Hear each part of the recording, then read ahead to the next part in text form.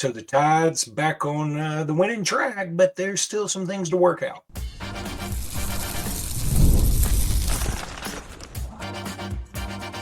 You are Locked On Bama, your daily podcast on the Alabama Crimson Tide. Part of the Locked On Podcast Network, your team every day. Hey, everybody, and welcome back into Locked On Bama, AHSA Radio Network's Luke Robinson. That's me. No longer on Bama Online is Jimmy Stein. That's him.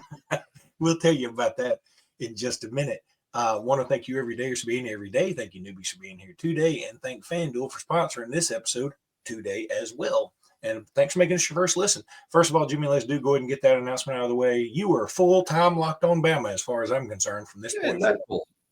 Yeah, I'm cool. I'm excited to be, full focus on the show here. Excited, a little disappointed. My time on BOL has ended for now. But anyway, excited. Let's do 2 lockdowns a day. Okay, I think that's a good goal for you. No, I'm serious. I would do it too. I wouldn't leave you hanging, brother. I want to give a shout out to Dwight, who I met leaving Coleman Coliseum, who said, "Hey, love the podcast." And then I want to give a shout out to David, and I'm going to put his picture up here. He told me I could. God, I hope I can. Otherwise, he's going to kill me. So David was sitting next to us, and it was the most unenthusiastic greeting I've ever got from somebody who knows me from Locked On Bama. It was funny. He's like, I just walk up and said, "Hey, buddy, we got these next receipts." He goes, "Hey, Locked On Bama." I was like, "Yeah." And then I was like, I don't know if he's insulting me or being nice to me. And then it really mean it's good. And then he was nice the rest of the time. And he's a firefighter. And I shook his hand, and I really feel like he could beat both of us single-handedly in any competition you want to dream up. Like his hand was so, I felt like I should go beat my hand against like a stainless steel tennis racket net or something to make my hand rougher. You needed a swollen hand. He emasculated me. And I met Lynn from Nashville at the gymnastics meet Friday night, who's a big fan of the show. Tells me that a lot of people in Nashville listen to our show, and Lynn was quite the gentleman. So thanks, Lynn. Well, then let's get on with it, Jimmy. Let's give the people what they want. So we were both at the Bama-Kentucky game yesterday. Bama gets a win. It's funny. Michael Southern, who I went to the game with the other day, Tide Hoops History, go give him a follow. His seats were like 2 seats in front of me. The game starts. Alabama's down 20-9. We score the first bucket of the game. Then the next thing you know, we're down double digits again. And I look at Michael and I'm like, are we going to quit doing this? And so from that point to halftime, and I'm doing quick math, so bear with me, we went on a 38-20 run. Now, some people may say that's not really a run. A run is when you're like 18-2 or something. But we outscored, I guess I should say we outscored them 38-20 because I think the halftime score was 47-40. And then we go on to score 96 points. It probably could have been close to 100 if, we weren't sort of dribbling the ball out. But at the end of the game, but a good win. It's Mark Sears is finally finding his place. Nados has talked about it. He's gone from the primary ball handler really to off-ball kind of guy. And that's great because he put up 35 against Missouri and what was a terrible output for the team overall, but he puts up 30 in this game. We can talk about some of the boneheaded moments in game a little bit later, but right now I want to heap some praise on these guys. We talked about Cliff Omuryi that, hey, we hadn't been getting enough out of him. So what does he do? Give us 11 and 15, and he's going against some 7 foot, 13 foot gargantuan dude from, when they show, all I could think was like, is the giant from, is Goliath from the Bible, was he from like Nottingham or something? That's who he kind of reminded me. That guy was monstrous. And kudos to the students for the USA chants during this. Biblical history is not my thing, but I'm pretty sure no one from the Bible is from Nottingham. That's Robin Hood. But knew it was something like that. I was close. Robin Hood was, But regardless, maybe the Giant was from Nottingham and he just didn't play a big role in the Robin Hood story. But the newest testament. Huh?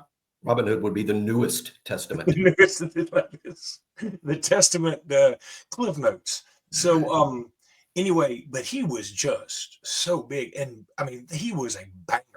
And that guy was coming down and just he was looking for Cliff. He banged more with Cliff than he did with anybody else. He could have pushed a lot of people around, but he wanted to bang with Cliff.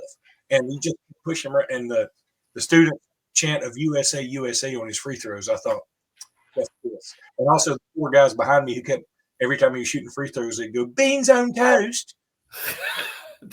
See, that's better. I think the whole student section should have done it. A terrible British accent would have been great from the whole student section. I didn't get the USA. I mean, we don't have an all USA team either. I mean, Cliff is but we've never gone to war with Nigeria in my limited historical knowledge. We've gone to war with England. That's true. That was a while back. That was more Old Testament history. Hey, Minnesota still puts up their football national championships. I bet you that. So we're going to put up our war wins. And but yeah, that kid was big, and the 4 kids behind us they're like, beans on toast, shine your shoes, governor. That it got me. I was like, yeah, I'd miss a free throw if I heard that. That's good. How about Cliff with a hard hat last night? I think that's his first.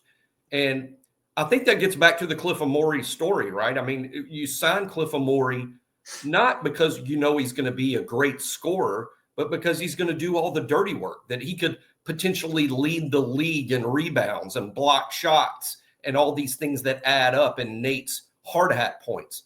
But Cliff hadn't won a hard hat. Obviously, it's tough to win a hard hat when you got guys like Mo Diabate and Grant Nelson who are doing the hard hat things around the clock.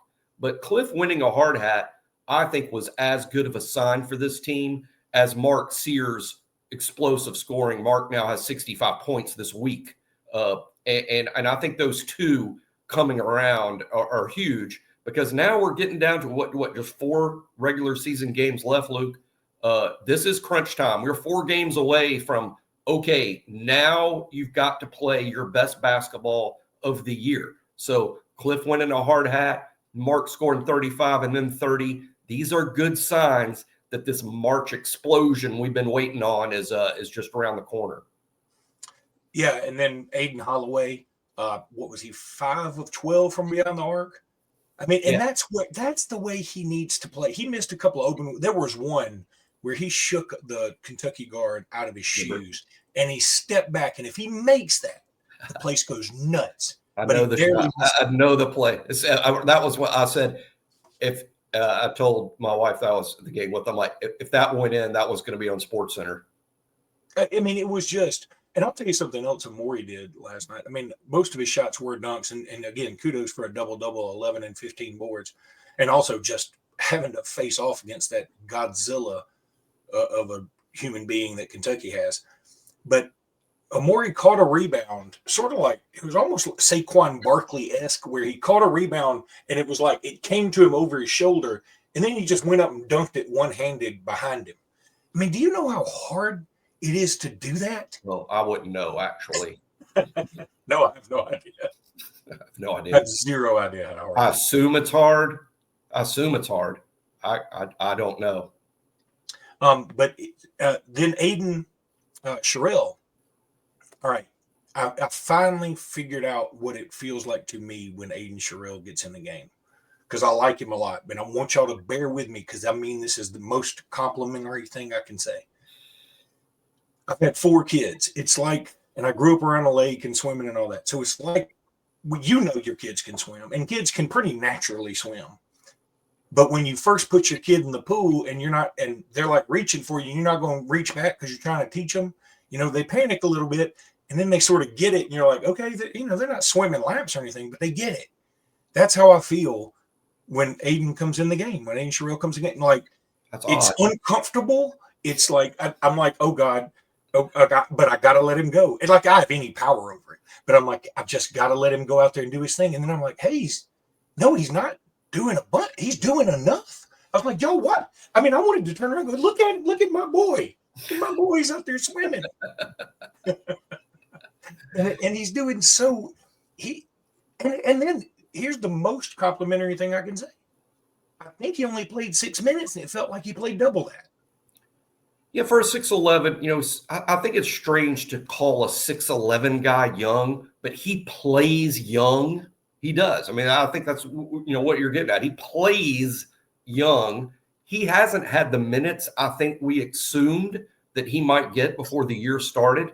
But I'm convinced of this, and I think a lot of Cliff Omuryi, and I've been saying, hey, Cliff is going to be one of the reasons we achieve great things in March. I believe that. I believe Cliff Omuryi is going to be a huge part of that. But I also think this, even though we've only seen glimpses of it, when Aiden Sherrill is a senior, when he's been playing for 4 years, he's going to be better than Omuryi.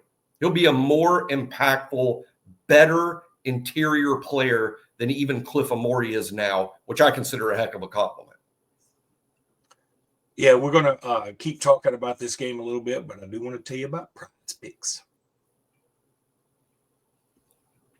And I'm not supposed to go to break that way, but sort of awkward, sort of like Aiden Sherrill swimming. I got that was an Aiden Sherrill segue. Threw it on the basketball game. You'll swim, Luke. Keep swimming. March basketball is here, and there's no better way to get in on the action than with PrizePicks, the best place to find daily fantasy sports and the best place to be for daily fantasy sports. With PrizePicks, you pick more or less on at least 2 player projections, and if you're right, you went up to 1,000 times your cash. That's not messing around, 1,000 times. It's fast, it's easy, and keeps the game exciting. This week, I'm looking at Jason Tatum for more than 29 points and Anthony Davis more than 12 rebounds. Maybe not Anthony Davis. I think he's hurt. So probably won't use him. I'll find somebody else. I'm just reading what's right in front of me, When I win, my money does hit my account in as little as 15 minutes. I mean, that's pretty awesome, right? Y'all don't have anybody you bet with that does anything like that. You just don't. So it's the best way to go is to deal with daily fantasy sports is PrizePicks. Download the app today and use code LOCKEDONCollege to get $50 instantly. $50 instantly after you place your first $5 lineup. That's code LOCKEDONCollege, all one word, for $50 instantly after you play your first $5 lineup. PrizePicks, run yo game.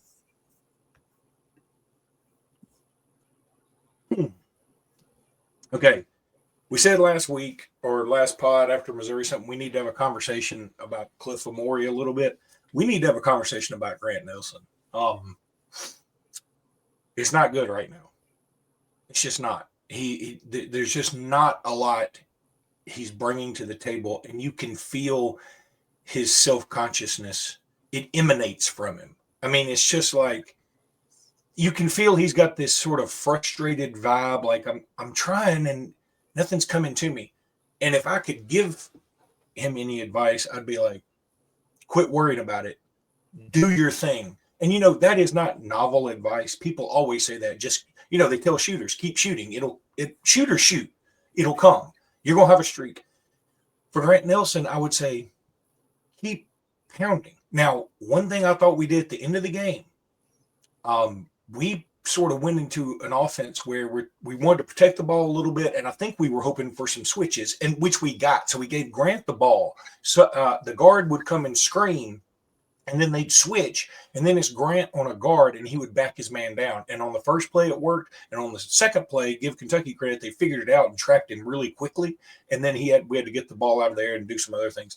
But Grant's stat lines have been sort of wonky. And I don't need him to put up 20 points. I don't need him to grab 10 boards. I don't need him to block 8 shots. He did have a really nice block shot yesterday. But, man, he's got to be a little more consistent all the way around. And the defensive effort has got to pick up. And I don't really even know what to tell him to do at this point, because some of the times I felt like, okay, he just got beat. But it's getting to a point where I'm saying he just got beat too much, and we got to fix that. Yeah, he's in, I guess I would call it a mini slump. And it's not so much the scoring, although obviously it is. What I mean is he's less impactful than he has been during points of the season. I guess it's a lot like baseball. It's hard to keep all 9 guys, and coincidentally in Alabama's rotation right now, there are 9 guys. 9 guys play basketball for Alabama regular minutes. Aiden Sherrill will be kind of the 9th guy. 9 guys play just like baseball, and it's hard, even when you have an all-star baseball team, it's hard to keep all 9 guys hot at once. I mean, what you hope is if you're a really good team, that all 9 guys can kind of carry you. So that way, hey, when 2 or 3 of them sort of get in a little slump, you got 6 guys that are carrying the team. And Alabama's got that because Sears is scoring, Cliff Omuryi's winning hard hats. Jaron Stevenson comes in for Grant Nelson at times, sort of replaces Grant Nelson. And Jaron Stevenson is a guy that slowly, it's been a slow thing, but now Jaron Stevenson, I think, is a real impactful player for Alabama when he's on the court. So I don't think overall it's killing the team, but for Alabama to do things like make another Final Four or win the SEC tournament or something spectacular, Grant Nelson's going to have to be a big part of that. So what you want, again, we said this on the show a million times. I hope we end up being prophets. Gosh, what's with all the biblical references in this show? Hopefully we're prophets when we say in March, let's say Auburn won January and February and Alabama won March. And if that's the case, then this will be truly a fantastic season. I'm looking at Grant's stat line right now. He goes for 5 points, 3 rebounds, 2 assists. He's 2 of 4 from the field, 0 of 1 from beyond the arc, 1 of 2 from the line, and 4 fouls. He did have 2 blocks, and great. How many minutes? 15 minutes. See, that's not even a lot of minutes. And that position wasn't good, but then when you say, well, it was in 15 minutes, it just shows that someone else is eating up Grant's minutes, and some of it's Cliff, some of it's Jaron Stevenson, and Mo Diabate, who absolutely fills up a stat line. Okay, so going back to Stevenson, I'm going to tell you, he has – some people may disagree with me, but he has turned into I think every team has somewhat of a villain where they're like, they're on our team and we love them and we want them to do well, but every time they come in and touch the ball, we're like, oh my God. Jared had a couple of really bad turnovers yesterday. Mm-hmm. Did he hit a 3? I got to look at his stats. Yes. Quick. I think I can recall one. Yeah, he hit a 3. I remember it. No, he didn't hit a 3. He was 0 for 2, Jimmy. Now, he was 2 of 2 from the line. He only took one other shot in the game and made it. He made a 2-pointer, but he only had 4 points, 4 rebounds, and an assist, 3 fouls in 24 minutes with 2 turnovers. So I was saying he had 2 really bad turnovers. I remember those. Like, they were the worst 2 turnovers of the game, I thought. I mean, the one Mark threw late when we were trying to take the air out of the ball, and he saw Cliff, and he thought he had an alley-oop, and he threw it to Cliff, and it just backfired, but it came back to I think it was Aiden Holloway who hit a 3. It's sort of like, okay, that's a turnover, but not really, and we'll take it. Things are going well when that happens. Yeah, that only happens when things are going well in a stretch of a game. But I think Jaron has improved. He's played a lot of minutes all year long. Nate keeps such a deep dive statistical account on what every player does. He's obviously contributing well for him to play the minutes that he does, or Nate would just simply play someone else. As we know, there's quite a few options. Well, I think his defense is what at least the people around me were killing him for, and me too. I'm not going to act like everybody around me was being a jerk. No, I was probably being a jerk too. And I don't know if it's a jerk when you're right. I mean, it seemed like on Kentucky at first was hitting threes like you wouldn't. I was like, they were on pace to score 80 in the first half. You know this, right? They had 20 points with about 15 minutes left in the first period. Yeah, well, the first 4 minutes were similar to the start of Auburn and Missouri. Similar, and Alabama wasn't shut out, but it was similar in the sense that it was the worst 4 minutes of the entire game until the first media timeout. It was the worst 4 minutes Alabama played all game long. So once again, the start is not good. And what's alarming about that, Luke, is there's an emphasis. They're emphasizing the start, and it's still bad. But, hey, kudos for them for crawling out of the hole, to say the least. I think they were down 12, as you pointed out, Luke, and won by 13. So from the point they were down 12, they obviously outscored Kentucky by 25 the rest of the game, which is a big deal. It's incredible, actually. And it's kudos to the team because we're down 29 and this was my being encouraging. They were like, we're down 29, we're down double digits again. I said, I know, but with us, we're probably going to end up being leading at halftime, right? Because we can go on these streaks where it seems like everybody's hitting anything, we can anything. Then you look up and how did we get 47 points and they only have 40? They had 20 in the first 5 minutes and then another 20 in the last 15 minutes of the first period. That's when we're playing great, we're doing two things great: rebounding and shooting it well. And when we rebound, when we out-rebound the competition and we shoot it well, good luck beating Alabama. We're very, very good in those times. March will be the challenge is, okay, how can you do that for 40 minutes against elite competition? And we're soon to find out with only 4 regular season games left. Time to talk a little FanDuel, and love having PrizePicks and FanDuel in the same reads today. That's awesome. When the game tips off, the NBA action is just getting started, and there's no better place to get in on it than FanDuel, America's #1 sportsbook. With FanDuel, you can place live bets throughout the game, so even if you missed the opening tip or you want to bet on a fourth quarter comeback, you can stay in the action. And you're looking for a bigger payout, right? You can even combine your live bets into a same-game parlay. That's SGP. That's what I call it sometimes. I love using FanDuel's live betting features because it keeps every moment of the game exciting.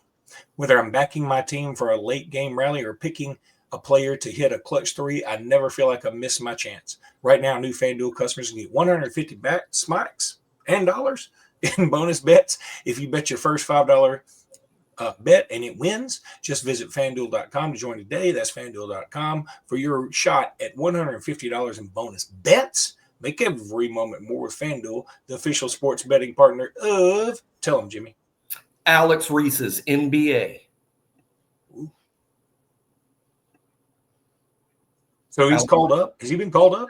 Alex Reese was called up. He played for the Philadelphia 76ers last night, and I just called out on Twitter. I called upon Disney to make a movie about Alex Reese's life and career because it's Disney. This dude was a bartender. And we've heard literally those stories as it relates to football or baseball, and they make the movie, right? The guy's out of the sport. He's done. Kurt Warner, he's working in a grocery store, and then he comes back to be a Super Bowl MVP. Alex Reese, he was never considered an NBA prospect, even when things were going well at Alabama. NBA was just not 3 letters that ever came up with them, and then he's literally a bartender and says, you know what, I'm going to give basketball one more shot. He's in the NBA. It's crazy. It is crazy. Good for him. And his story would have been a lot different too, after he hits the tying shot against UCLA to send it into OT if we had won that game like we should have and then gone on to the Final Four that year like we should have, but I digress. Recruiting. A lot of buzz from the 7-on-7. Lots of teams that are being discussed, but one guy that Alabama, they love, and that's Elbert Hill, who is a defensive back out of Ohio. And it sure seems like Alabama's got a lot of buzz. Yeah, Chad Simmons had a good report from that 7-on-7 thing in Atlanta. Chad Simmons, Vaughn 3. Look, cornerback is a position Alabama's recruiting extremely well in this class. You've already got a commitment from Zion Gibson. He's an in-state guy from Gadsden who's fantastic. Zion Gibson is an elite blue-chip prospect, national top 100 type slam dunk. Elbert Hill, who Luke just brought up, to be honest, he's probably a guy that's going to be ranked even higher than Zion Gibson. National elite blue chipper. You're going to have to beat basically everybody to sign him. But per Chad and per others, Elbert Hill loves Alabama. It's a very real possibility. But who else is out there at corner? Brandon Arrington, 5-star from California. Luke and I have talked about Brandon Arrington often. Came to Alabama's junior day all the way from California. Raved about how those DBs from California are such a big part of Alabama's program right now. He would be the next, and he brings it up, that, hey, following Dijon Lee, following Xavier Brown, Chuck McDonald. So Brandon Arrington's a third corner, and I haven't even brought up Jordan Edmonds from Sprayberry High School in Atlanta area. Now, this is one that's a little, Chad brought this up as well, and this could be let's say concerning, but he was set to commit, and the prediction at BOL is Alabama. Jordan Edmonds committing to Alabama. His commitment got delayed because of literal construction at his high school, which is a strange. He just wanted to make his announcement at the high school, but there was this big construction thing going on, so he had to delay his commitment. When he delayed his commitment, here comes everybody in the world getting in his ear and NIL offers and everything like that. Now it looks like instead of making a commitment, he may go on additional visits. So that's a little alarming, but it's cornerback where Alabama's doing extremely well. He does say Alabama still leads. I would say Alabama still leads, and if Jordan Edmonds was committing today, I think it would be Alabama. I think there's just the natural worry that as he goes on these visits, he's going to become enamored with someone else when it was all kind of set to be Alabama. But hey, what are we, something like 10 months from signing day? So let's not, even when you get a commitment, in February or March, you got to hold on to them, for 9 or 10 months. And so we don't need to write down things in stone at this juncture anyway. Just saying Jordan Edmonds, a little less optimism maybe than there was before, but Elbert Hill, optimism up. Still in a good spot for Brandon Arrington. Still have Zion Gibson committed. So cornerback looking like a strength for Alabama in the 26 class. And speaking of corners, apropos of nothing, I ate breakfast at Rammer Jammers yesterday in Tuscaloosa. The entire DB group was in there. And I know the wide receiver group ate at Brick and Spoon breakfast last weekend. I'm guessing this is a new thing under DeBoer, maybe, that they encourage this, that the entire position group has outings and goes out to eat together. But all the DBs were in Rammer Jammers, and I can report that Dijon Lee is tall. He's tall for a corner. He's ridiculous. In that same report we've been talking about, they also mentioned E.J. Crowell, and they say Alabama's just in a good spot. What do you want to say? I mean, Alabama should feel good about it. And so I think for the most part, the report was very good. Of course, it's not like this, it's not a ton of guys, but it's the three. If Alabama were to get those three guys, I think Alabama would be pretty fired up. Yeah, running back recruiting, interesting. Osborne, the running back from Texas, he's locked up an official visit to Alabama. There's a lot of national backs that are really interested in Alabama. The national guys, not just, hey, Alabama found the sleeper they like. No, the national elite guys, a lot of them like Alabama in this cycle. But I think in the end, if this prediction time, I think all eyes will be on E.J. Crowell. That's who Alabama has their eyes set on. Crowell loves Alabama. Now, he is going to visit Texas. He does like Texas, and that's a concern because Texas doesn't swing and miss a lot in this new landscape. So Texas, a real concern. Auburn, of course, has to be a concern being an in-state location for E.J. Crowell. But I think if we're predicting today, I would put Crowell in the Alabama class. And I think, by the way, where he's ranked is he's not officially ranked yet. We reclassified. So I think the services are still working on, okay, where's Crowell going to be now? Because it gets a little complicated when now you're comparing him to the older kids. So let's see where he falls. My personal opinion is I think he's going to still fall in 5-star territory. I could certainly see that happening. I mean, I've seen him firsthand. The dude can play. So, let's hope that he does. Let's hope that Alabama can reel him in. Shout out to the baseball team yesterday. Yep. They get a win over NC State. Did they shut them out ultimately? I'm not sure. I know they won. I knew it was going on at the same time as basketball. So I know less, or the lead up to basketball, I should say. I do know this. They are undefeated. And Justin LeBron, the superstar of the team, has just off to a torrid start. He really is. I know when I say this, people just shake their heads and think it's hyperbole. It's not. Justin LeBron is a candidate to be the best baseball player to ever play at Alabama. I mean, that's how good he is. And right now, he's a sophomore, so he's going to come back next year, hopefully, to Alabama. He'll come back next year. He has a chance to be a top 10 pick in the Major League Baseball draft.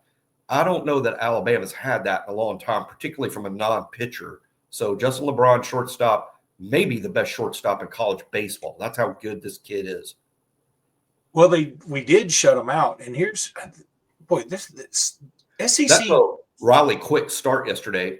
football related, I'm sure a lot of y'all remember Pierce Quick that Alabama recruited several years ago from Hewitt-Trussville, an offensive lineman. Yeah. Played for Alabama a couple years, couldn't get on the field, transferred to Georgia Tech. Riley Quick is his little brother, and I use little incorrectly because Riley Quick is a huge dude to be a pitcher. Riley was an offensive lineman in high school himself. He has lost his offensive line weight, but is great size for a pitcher at probably, I don't know, 6'5", 230, and Lord. Absolutely brings it in the mid-90s, and injured and lost for the year last year. Back pitching great, and there's a lot to be optimistic about with this baseball team. Well, Alabama is 7-0. They did shut out NC State, who was ranked 12th yesterday, and today they play again. All these games are in Jacksonville. Today they play at 10 o'clock in the morning against Ohio State. Yeah. It's 11 a.m. Jacksonville time, so 10 a.m. Central time. I'm sure that's on. I think it's on ESPN Plus for those that get that. And Ohio State, obviously Power 4 team, Big Ten team. They're good. The win yesterday was even bigger because NC State is ranked and good, and maybe now Alabama leaves Jacksonville ranked. And this is a good Alabama baseball team. Rob Vaughn has done a great job of recruiting high school players, junior college players, and out of the portal. There's 2 or 3 JUCO signees in Alabama's starting lineup right now. Yeah, also, and didn't we lose our third baseman for a little bit? Did we lose? Oh, yes. Garrett Staten. He's going to be out for a while, and he was off to a good start. He's a transfer from Sanford. He broke his finger or fractured his finger. When he was batting. Boy, you're talking about something that hurts. When you're batting, and then you take a fastball to your hand where you're gripping the bat. That stings. That's a snake bite. That was the one thing that kept me from being a star in baseball. My fear of baseball. Of the ball. Want to get you. Not too many guys in the majors have that. So it is tough to overcome. It's baseballophobia. Hopefully, with the help of a therapist, you'll get past that. At 52, I might mail that baseball dream in. Because also I don't really like baseball. So that was another problem. Also the unathleticism. All right. So that's going to do it for today's podcast. We'll be back tomorrow morning. Until then, roll tide, everybody. Roll tide.